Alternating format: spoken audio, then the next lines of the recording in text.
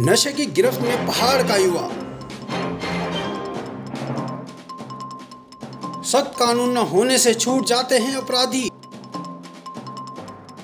नशे के सौदागर देव भूमि में बेच रहे हैं मौत। नमस्कार दोस्तों, मैं मुकेश रावत और आप देख रहे हैं ढोल टीवी। नशा दोस्तों हमारे पहाड़ के खूबसूरत दामन पे एक दाग है। आज हमारे पहाड़ के जो नवयुवक हैं नशे की चपेट में आकर अपना जीवन बर्बाद कर रहे हैं। तो पूरा पहाड़ दोस्तों ये एक जो नशा है ऐसी ये एक दलदल बन चुका है पूरे पहाड़ के लिए, जहां हमारे बच्चे हैं, जो हमारी अगली पीढ़ी है, बहुत बुरी तरह इस नशे के चुंगल में फंस रही है दोस्तों।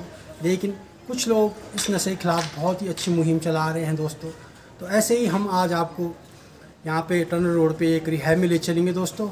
नाम लक्ष्य रिहैब है, लेकिन बहुत ही बेहतरीन काम कर रहा है, क्योंकि हम पर्सनली जानते हैं यहाँ से काफ़ी बच्चे जो नशे के चुंगल में थे यहाँ आए, यहाँ पे रहे, रिहैब में 6 महीने रहे और बिल्कुल ठीक होके गए हैं। इनमें से कई अपना अच्छा काम भी कर रहे हैं दोस्तों। इसलिए जो हम पर्सनली इनको जानते हैं, इसलिए हमने सोचा चलो इनका एक इंटरव्यू लेते हैं, जानते हैं इनसे कि क्या पहाड़ में जो नशाखोरी बढ़ रही है वो क्यों बढ़ रही है, और रिहैब में जो बच्चे आते हैं उनके साथ कैसा व्यवहार होता है और कैसे यहाँ से वो ठीक होकर निकलते। तो दोस्तों आज हमारे साथ लक्ष्मण सिंह रावत जी हैं, जो टनल रोड पे एक बेहतरीन रिहैब चला रहे हैं। इनका रिहैब टनल रोड पे है दोस्तों, लक्ष्य नाम से है और बेहतरीन रिहैब है। यहाँ से पहाड़ से जो बच्चे नशे के गिरफ्त में होते हैं दोस्तों, यहाँ आके जो यहाँ पे 6 महीने उनका जो रिहैब का कोर्स होता है उसको करने के बाद ठीक होके बाहर निकलते हैं। और कुछ को तो मैं पर्सनली जानता हूँ, यहाँ से जो ठीक होके आए हैं बच्चे अच्छा काम कर रहे हैं, अपना रोज़गार कर रहे हैं। तो दोस्तों आइए लक्ष्मण रावत जी से जानते हैं कैसे इस रिहैब का संचालन कर रहे हैं। लक्ष्मण भाई, स्वागत है आपका हमारे चैनल में। नमस्कार।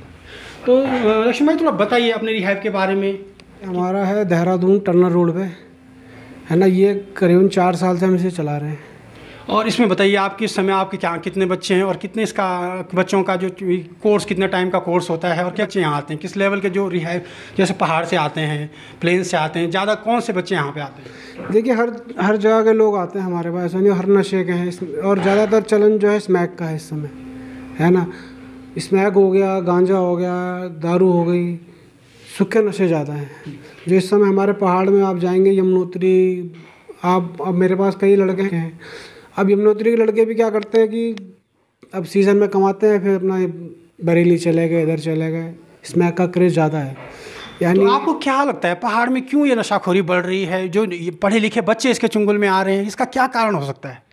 ये थोड़ा सा लालच है लोगों का, जो क्या करते हैं जैसे थोड़े से पैसों के चक्कर में, कि थोड़े से प्रॉफिट के चक्कर में जाते हैं इसको लेके आए, फिर उसे अब जब वो खुद करते हैं तो फिर अब उसे करने के बाद अब ये होता है कि पैसे का आए कैसा, तो उससे फिर वो बेचते हैं लोगों को, औरों को कराते हैं। जैसे होता है कि मछली पूरे तालाब को गंदा करती है, वैसे ही धीरे धीरे सारे लड़के ख़राब होते जा रहे हैं।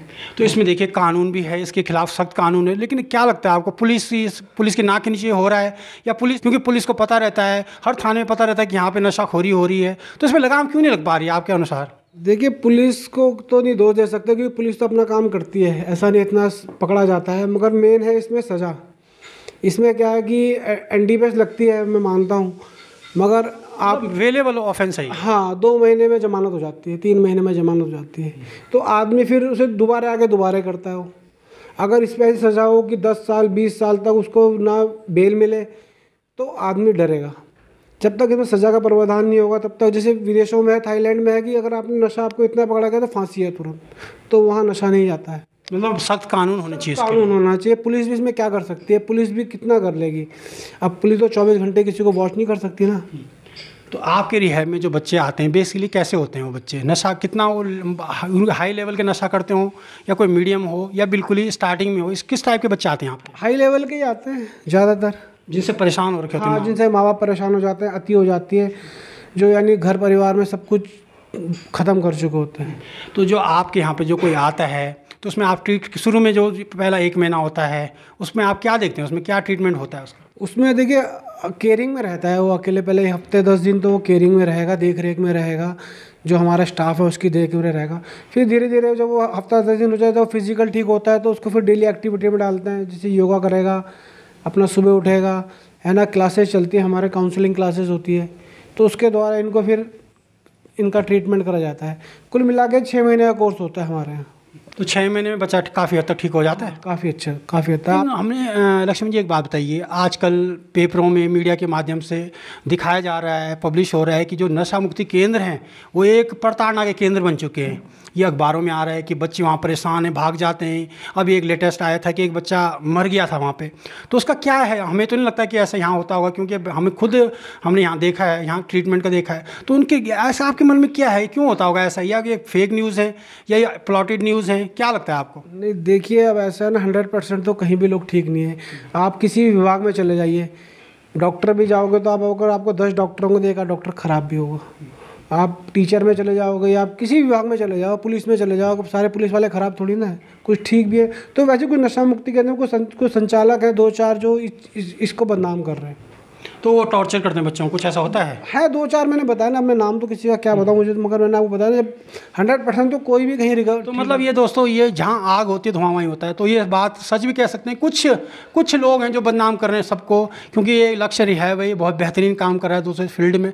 तो लक्ष्मण जी कुछ अपने बारे में बताइए, अपना बैकग्राउंड बताइए कि आप इस काम को कब से कर रहे हैं, आप कैसे आपके मन में आए काम करने का? मैं भी स्मैक लेता था, मैं भी, यानी मुझे अब 4 साल होने वाले हैं। ऐसी मेरी मदर ने भी मुझे रिहैब में डाला था, मैं 6 महीने रहा। तो अब उसके बाद जब मैं वहाँ से आया तो फिर जब धीरे मेरी चीज़ें ठीक हुई तो मैंने भी सोचा, मैंने कहा यार कि चलो इस माध्यम से मैं भी कुछ इसी फील्ड में आ जाऊँ, क्योंकि इसमें 2 फ़ायदे। एक तो मैं भी ठीक रहता हूँ, क्योंकि अब जब आप क्या सोचते जब मंदिर में जाओगे तो पॉजिटिव वो मिलेगी, तो वैसे ही फिर और दूसरों को भी मैं ठीक कर सकता हूँ। ऊपर से आपने वो दिन देखे भी हैं, वो दौर देखा है आपने? हाँ, वो चीज़ मैं आपको बता रहा हूँ ना। हम ही एक के लोग कई बार वैसे कहते हैं कि कोई नशेबाजी ये क्यों खोलता है, क्योंकि उसकी फीलिंग वही समझ सकता है ना, नॉर्मल इंसान नहीं समझ सकता है, क्योंकि जिसने नशा करा ही नहीं है वो कैसे समझेगा कि वो इस समय किस दौर से चल रहा है। कई बार हम लाते हैं पेशेंट को तो वो हम पे एग्रेसिव होता है, मगर फिर भी हम उसे प्यार से ट्रीट करते हैं, क्योंकि हमें पता है हम भी जब आ रहे थे तो हम भी एग्रेसिव हो रहे थे। तो आपके यहाँ जो डॉक्टर होंगे, काउंसलिंग होती है, तो किसका सेशन जो होता है आप बाहर से बुलाते हैं, यहाँ आपने रखे हुए हैं? डॉक्टर बाहर से आता है हमारे यहाँ, है ना। काउंसलर भी आते हैं हमारे पास, एक बढ़िया काउंसलर है जो निजात में इस समय काउंसलिंग करते हैं, वो आते हैं हमारे पास। तो आप कुछ हमारी युवा पीढ़ी है उत्तराखंड की, जो पूरी तरह से नशे के चुंगल में फंस रही है, जा रही है, तो उसके लिए आप कुछ संदेश देना चाहेंगे? देखिए, मैं तो ये कहना चाहूँगा, नशे को ना कहो, जीवन को हाँ कहो। तो दोस्तों, ये थे लक्ष्मण सिंह रावत जी, जो टनल रोड पे देहरादून के एक बेहतरीन रिहैब चला रहे हैं दोस्तों। क्योंकि उन्होंने खुद वो चीज़ एक्सपीरियंस की अपनी लाइफ में। वो खुद भी एक नशा करते थे, लेकिन धीरे धीरे वो चीज़ों से उभरे हो और आज जो समाज के लिए एक प्रेरणा बने हुए हैं, एक रिहैब चला रहे हैं। यहाँ से लोग अच्छे होकर जा रहे हैं, बच्चों को बेहतर कर रहे हैं। जो बच्चे यहाँ से निकल रहे हैं वो अपना रोज़गार भी कर रहे हैं दोस्तों। तो दोस्तों, ये थी हमारे लिए आज की एक रिपोर्ट जिसको आपने देखा।